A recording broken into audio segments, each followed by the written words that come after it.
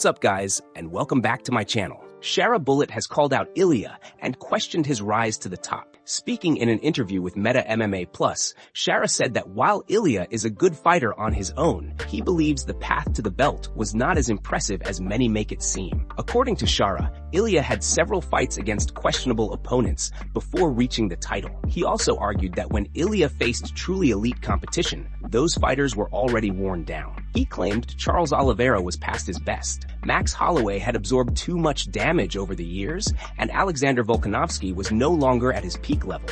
And before we continue, make sure to leave a like on the video and subscribe to help support the channel. Moving on to another news. Plessis is making it clear that he still wants that rematch with Khamzat, and he is not expecting anything different the second time around. Speaking during an interview with Fight Forecast on YouTube, Plessis said, "Fighting Khamzat again is exactly what he is after." According to Plessis, there will not be any surprises in a rematch. He believes everyone already knows how Khamzat is going to approach the fight. In his view, if Khamzat tries to change his style or fight in a different way, it would end up being a terrible night for him. Still, Plessis gave credit where it is due, saying Khamzat did what he had to do to win the belt. He admitted it may not be the way he would have chosen to win a title, but it was within the rules. Now, Plessis says it is his responsibility to fix that, stop Khamzat's game plan, and force him to fight his fight. Moving on to another news. Nate Diaz has apologized to Charles Oliveira after some controversial comments started making the rounds online. With several fighters recently being dropped from the roster, Nate also hinted that he might be planning a comeback. Yesterday, Nate took to X and reminded everyone of his impact on the sport. He wrote that he was the first to bring real value to a whole division, claiming he created opportunities and helped elevate the biggest fights. He said he has unfinished business and plans on taking what is his as soon as possible. He even added that he started the dopest division and told fans he would see them soon because he is coming back soon after. A clip from an interview with Clocked and Loaded on YouTube began circulating. During the conversation, Nate was asked to predict the UFC 326 fight between Charles Oliveira and Max Holloway. He said he likes Max, but then made a disrespectful comment about Oliveira, saying he would slap him and mess him up. Some fans misunderstood the clip and thought Nate was talking about Max, which caused confusion. Nate later clarified that his comment was aimed at Oliveira, not Max. However, he admitted he should not have said it at all. He called his words rude, apologized, and showed respect to Oliveira, saying his bad and giving all respect moving forward. Moving on to another news. Sean O'Malley is once again calling for a showdown with Petr Yan at the White House event. It feels like every other day he is bringing up the same matchup, and this might be the 10th time in just a few weeks that he has publicly pushed for it. Sean clearly has his sights locked on Petr and is not letting the idea fade away. During a recent Q&A session with fans, Sean was reading through live comments when someone asked who he plans to fight next, other than Petr. Instead of entertaining different names for long, he doubled down and called for the Petr fight again. He even asked fans what they would rather see, him versus Corey Sandhagen or him versus Petr. Without hesitation, he said he is ready to fight Yan and wants that matchup at the White House. In his mind, there is nothing bigger or more exciting right now. Sean also responded to other fan comments during the session, joking around and showing confidence. He said he still feels like he is in his prime and believes the time is now for him to make a major move. When someone mentioned Sean versus Ilia, he claimed he tried to make that fight happen, but said Ilia moved up to 155 instead. From a competitive standpoint, a fight against Umar Nurmagomedov or Corey Sandhagen might make sense in the rankings. However, for Sean, a chance to reclaim the belt against Petr is clearly the priority. The debate now is whether he truly deserves another title shot. After losing twice to Merab and then picking up a win over Song Yadong, some fans question if that is enough to justify an immediate opportunity at gold. That said, the UFC has made exceptions before, especially for fighters they see as major stars. Sean has often been viewed as someone who receives favorable treatment, and there is no denying his popularity. With the promotion aiming to stack a potential White House card with big American names, Sean could be a key piece of that lineup. Whether he gets an instant title shot against Petr or ends up fighting someone else on the card remains uncertain, but with how persistent he has been, it would not be surprising to see Sean O'Malley featured prominently at the White House event. Moving on to another news, Max Holloway has responded to Charles Oliveira ahead ahead of their highly anticipated rematch at UFC 326, and he had nothing but respect for his opponent. Max acknowledged that Oliveira has evolved significantly since their first fight and agreed with the idea that he is no longer just a jiu-jitsu specialist, but a complete mixed martial artist. Max described Oliveira as a killer and pointed out how much his striking has improved over the years. He explained that while everyone has always respected Oliveira's jiu-jitsu, his stand-up game has come a long way. According to Max, many of Oliveira's recent finishes are not just desperation submissions. Instead, he hurts opponents on the feet first, breaks them down with strikes, and then capitalizes by locking in a submission. That, in Max's eyes, is the sign of a true and well-rounded MMA fighter. Referring to Oliveira's own comments, Max mentioned that Oliveira said during their first meeting he was Jiu-Jitsu Oliveira, but now he considers himself MMA Oliveira. Max said he respects that statement and agrees with it. He knows he is facing a far more dangerous and experienced version this time around. Still, Max made it clear that he is focused on his own preparation. He emphasized the importance of sticking to his game plan, fighting smart, and doing whatever it takes to get his hand raised. He plans on walking forward, getting in Oliveira's face, and making it his kind of fight. Max also spoke about the bigger stage this time. With more eyes tuning in and a growing audience watching these major events, he wants to make the most of the spotlight. He sees this fight as an opportunity not only to defend his BMF title, but also to gain new fans and showcase everything he has been working on in training. Defending the BMF belt means a lot to him. He called it a spectacle and said only certain fighters are even considered worthy of competing for it. Being chosen and getting the chance to defend it for a second time is something he truly appreciates. In the end, Max is confident, respectful, and ready. He knows Oliveira is dangerous everywhere, both on the feet and on the ground. But he believes in his preparation. He cannot wait to step inside the cage, perform at his best, and deliver a memorable fight for everyone watching. Moving on to another news. Strickland is sounding off on Khamzat and the state of the middleweight division, and he is not holding back. According to Strickland, Khamzat's inactivity is hurting the division in a big way. He says the whole situation feels strange, especially with how the UFC handles him. In Strickland's view, you brought in a guy who fights once a year, compares him to Madonna, and then somehow the entire division has to wait around. Strickland even suggested that Khamzat does not necessarily need to fight regularly, implying he has powerful connections and plenty of money behind him. Because of that, Strickland believes Khamzat can afford to sit on the belt and wait as long as he wants, only fighting when he is absolutely forced to. Meanwhile, the rest of the middleweight contenders are stuck in limbo. From a pure money perspective, Strickland argues it actually makes more sense not to wait for the belt. He explains that he would rather keep fighting top contenders, even if that means taking a loss, because the activity alone could triple his pay. Waiting a year or more for a title shot that may never materialize just does not make financial sense to him. He used Nasruddin as an example,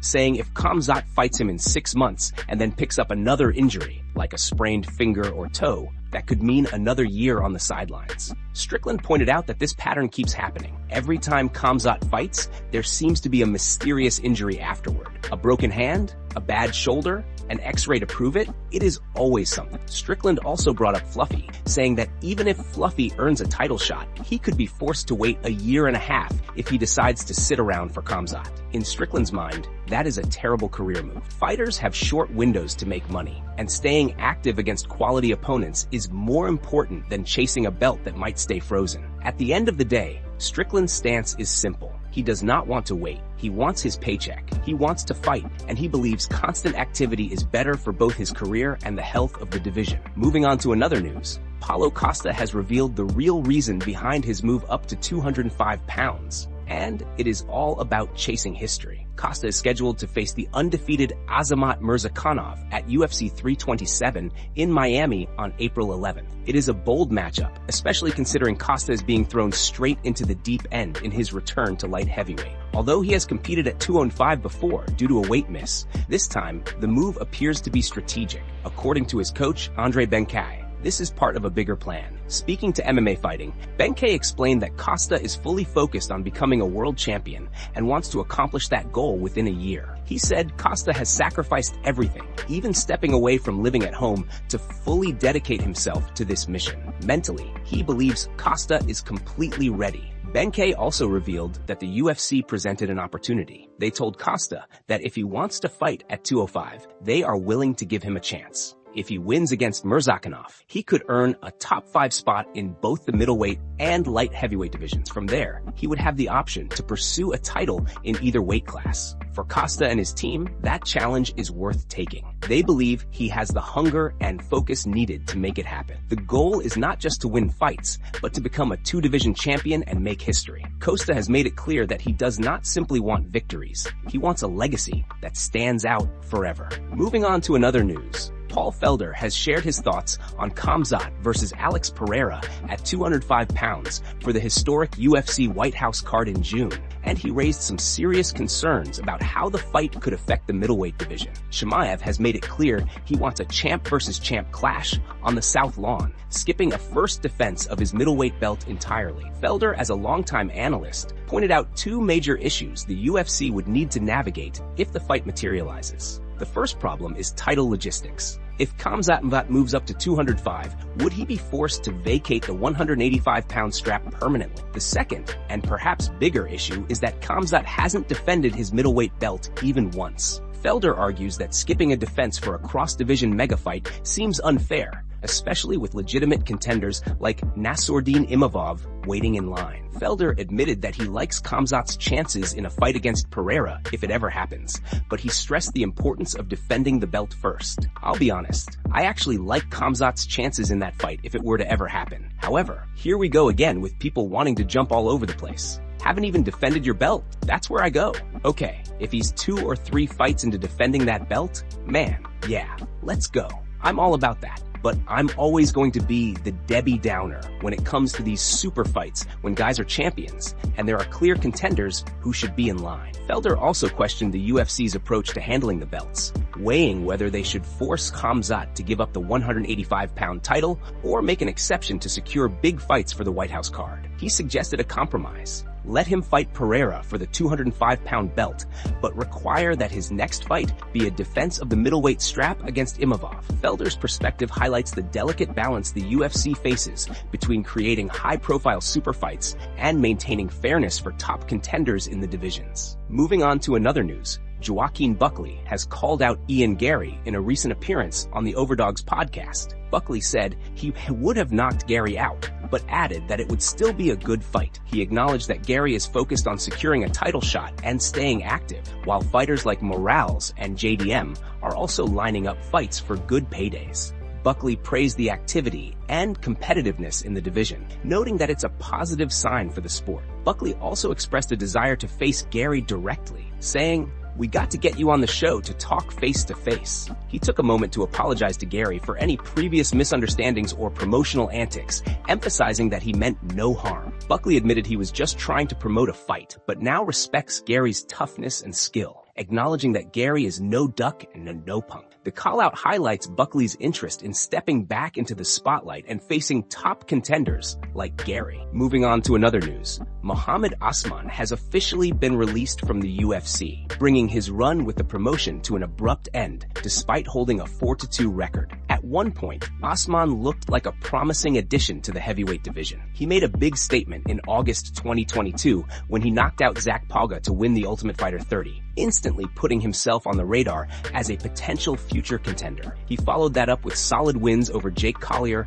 and Junior Tafa, building momentum and showing flashes of becoming a real force at heavyweight. After starting his UFC career 3-0, it seemed like Usman was on a steady climb. However, that momentum slowed when he suffered back-to-back losses to former LFA champion Thomas Peterson and rising heavyweight Mick Parkin. Usman managed to rebound from the first losing skid of his professional career with a decisive victory over Hamdi Abdelwahab last June, briefly putting himself back in the spotlight. Unfortunately, his comeback was derailed when it was revealed that he tested positive for a banned substance, resulting in a 30-month suspension. To make matters worse, a scheduled fight against Valter Walker, the brother of light heavyweight Johnny Walker, was canceled due to an injury on Usman's side. With a suspension lasting more than 2 years, the UFC decided not to wait for his return. According to reports from MMA Fighting, the promotion has now parted ways with Mohammed Usman as part of its latest roster cuts. Moving on to another news, Tom Aspinall has been told by the UFC to vacate his heavyweight belt, a move that could shake the division to its core. Josh Thompson recently revealed that Hunter Campbell and Dana White approached Aspinall and requested that he give up the title. Reports suggest that Aspinall agreed to the condition, but only if he is allowed to step outside of MMA and pursue boxing. That decision alone would create immediate chaos in the heavyweight division, completely resetting the title picture and opening opportunities for new matchups. One fight that could now happen is Alex Pereira versus Cyril Gane for an interim belt, a matchup that has been discussed multiple times but never finalized. If Aspinall vacates, it would also directly impact Jon Jones's anticipated return, as the long-planned showdown between Jones and Aspinall would no longer be possible, further altering the landscape of the division. Currently, the heavyweight division is already in a strange spot. Jailton Almeida has been released. Jon Jones's return seems uncertain, and now Aspinall's potential departure to boxing adds even more unpredictability. According to reports, the UFC offered Aspinall the option to vacate the belt until he was ready to return, and he agreed under the condition that he could pursue boxing. This unusual situation highlights just how fragile the heavyweight division has become. The promotion's top weight classes, including light heavyweight at 205 pounds, are struggling more than ever. Both divisions were once pillars of the UFC, carrying the promotion's biggest moments, especially during the merger with Strikeforce, when the heavyweight division was at its strongest. Now, with Aspinall potentially stepping away, Jones uncertain, and key fighters like Almeida released, the UFC faces a major reshuffling. The heavyweight title picture is about to undergo a significant shift, and the next few months will determine how the division recovers from this unprecedented level of instability. Aspinall's decision to focus on boxing could mark a turning point for the heavyweight landscape and redefine the road to the belt.